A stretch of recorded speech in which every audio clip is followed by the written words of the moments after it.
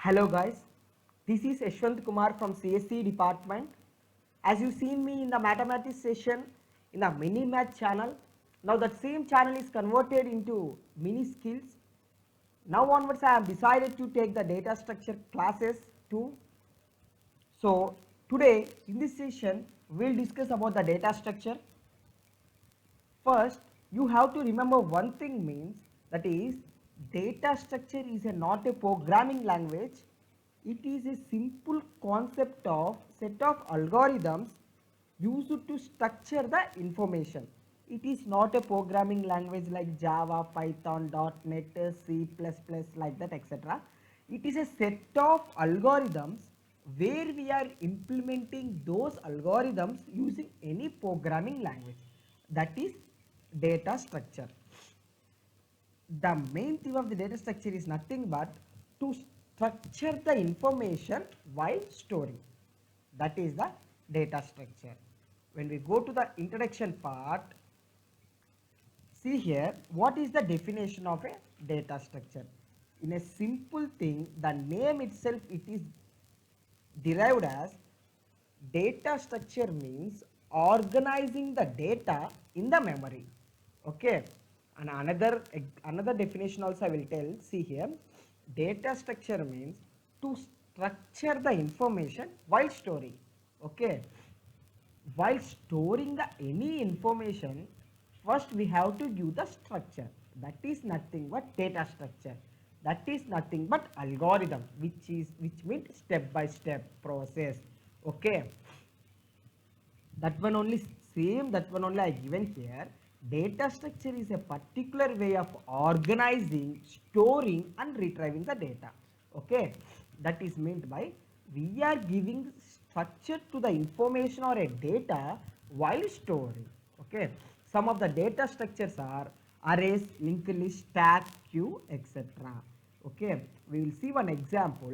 See here, while when take a small example, when we have to store the information about the student details, what information we want a roll number, name of the student and first name, last name, age, class, grade, these and all is a structure.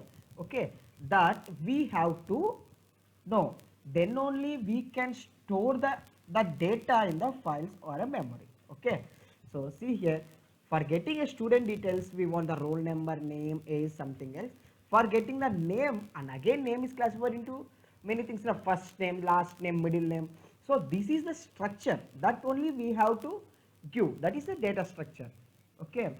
Next, when we go to the needs of data structure, why we need the data structure? For what purpose we need the data structure? Means for processor speed.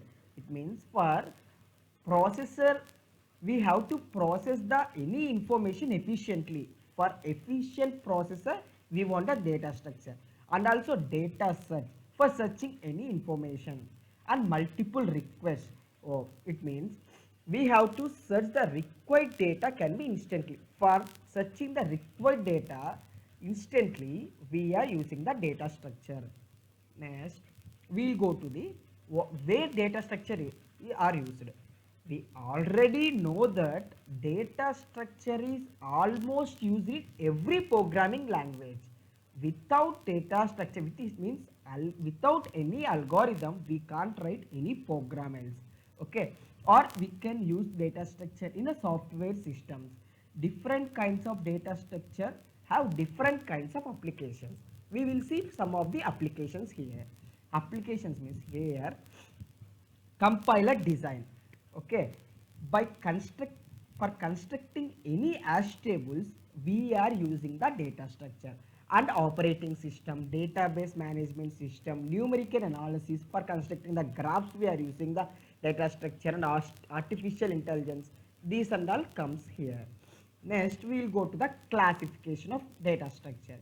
See here, data structure is classified into two types. One is primitive data structure and another one is non-primitive data structure. Again, non-primitive data structure is divided into two. One is linear, non-linear. In linear, we have some it is classified again, and also non-linear also it is classified into something. Okay. with this overall classification we will learn today. First, we will go to the primitive data structure. Okay, in primitive data structure is nothing but it is a predefined types of data, means predefined data type. Here we have the data types as float, integer, character, pointer, which is nothing but it is a instruction memory, which it is also called as, see, it is nothing but single memory location which can store the value. It can have only single memory location. For writing the addition of two numbers, we are declaring the A is equal to 20 or B is equal to 30. Then A will have the some another memory location and B will have the some another memory location. It is nothing but it has a single memory location. It is not a continuous memory location. Okay, that is the primitive data types. Here we have the float value, for example 20.47, it means it's a float, an integer, and character, and pointer. Okay, these are the primitive data types. When we go to the non-primitive data types, here it is classified into two types. One is linear, another one is non-linear. Okay, what is non-primitive data type means? It is not defined by the programming language, but instead it is created by the programmer itself.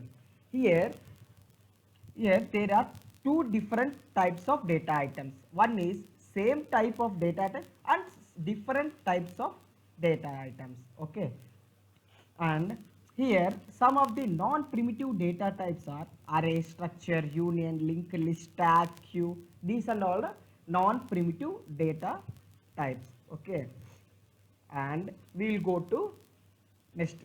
In non-primitive data structure, we have two types as I shown you before slide, which is linear and non-linear. Okay, now we will see the linear data structure. Okay, linear data structure means it is a sequential order, which means the arrangement is in a linear way. It means one after another. Okay, where each element has a one successor and a predecessor except the first and the last element. This is the linear data structure. Now, in linear data structure, we will see one small concept, and it is very easy concept, is arrays. And see here, you already know the array concept in C language, something you have learned in anything anywhere else. Array is nothing but collection of similar type of data items. Okay, this is nothing but array. You know already this one. Okay, array simple data structure where it is used in every programming language is array. Okay, now array is nothing but it holds the more than one element that we know before itself. Okay, here we have the valid data types for array, which are char, int, float, double. Okay, and one is the main thing in the array is it is an index based. Here we can access the elements much faster. Okay, what is the index based means? It is start from the 0 and ends with the n minus 1, 0 to n minus 1.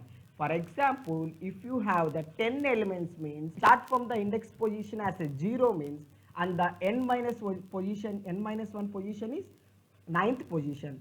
So 10 elements means it is considered as only 0 to 9. Okay, now we will see the classification of array.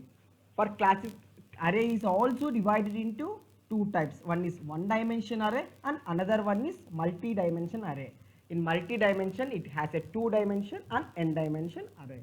Now we will see the array concept. See here, what here we have array. This is the index base, which is 0, 1, 2, 3. This is the memory location, which is the contiguous memory locations are allocated, which means one after another. In primitive data type, memory locations are different. For A is equal to 10 means it is a different memory location. B equal to 20 means it is a different memory location.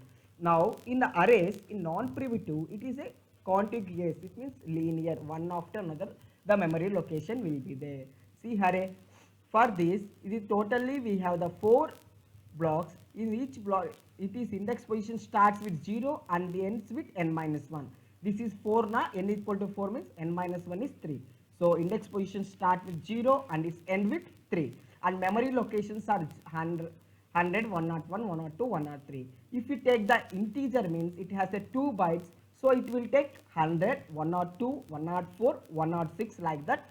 It will take the memory location. Okay. Now we will see a small example. When we declaration is, see here, array of 5. This is the declaration. How we can declare?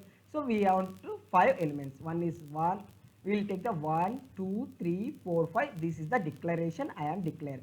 Now my question is array of 3 equal to, what is the answer? See here, it always starts with index position. So index is 0 means here 0, 1, 2, 3, 4. What is the third position? This is the third position. And our array of 3 means what you will write? 4. 4 you will write. This is the answer for that. Next we will see the two-dimensional array. For two-dimensional array, we have the row subscript and column subscript. This is the name of the array and this is the row wise and this is the column wise. We are divided in one block with two blocks, which means one is for column and one is for row. This is the two-dimensional array. Okay. Next, at last, we'll go to the application. What are the applications for array? Array is used to sort the data elements. We can sort by using the array, which means we have some array. This is bubble sort, insertion sort, selection sort, quick sort, etc. For many things we will take a part of array. Okay. For matrix operation, for CPU scheduling and implementation of other data structures also we are using the arrays. For example, stacks, queues, heaps, hash tables, etc. And at last, I given 2 sample questions, which means which is asked in frequently in any interviews or any competitive exams. They will ask about the array.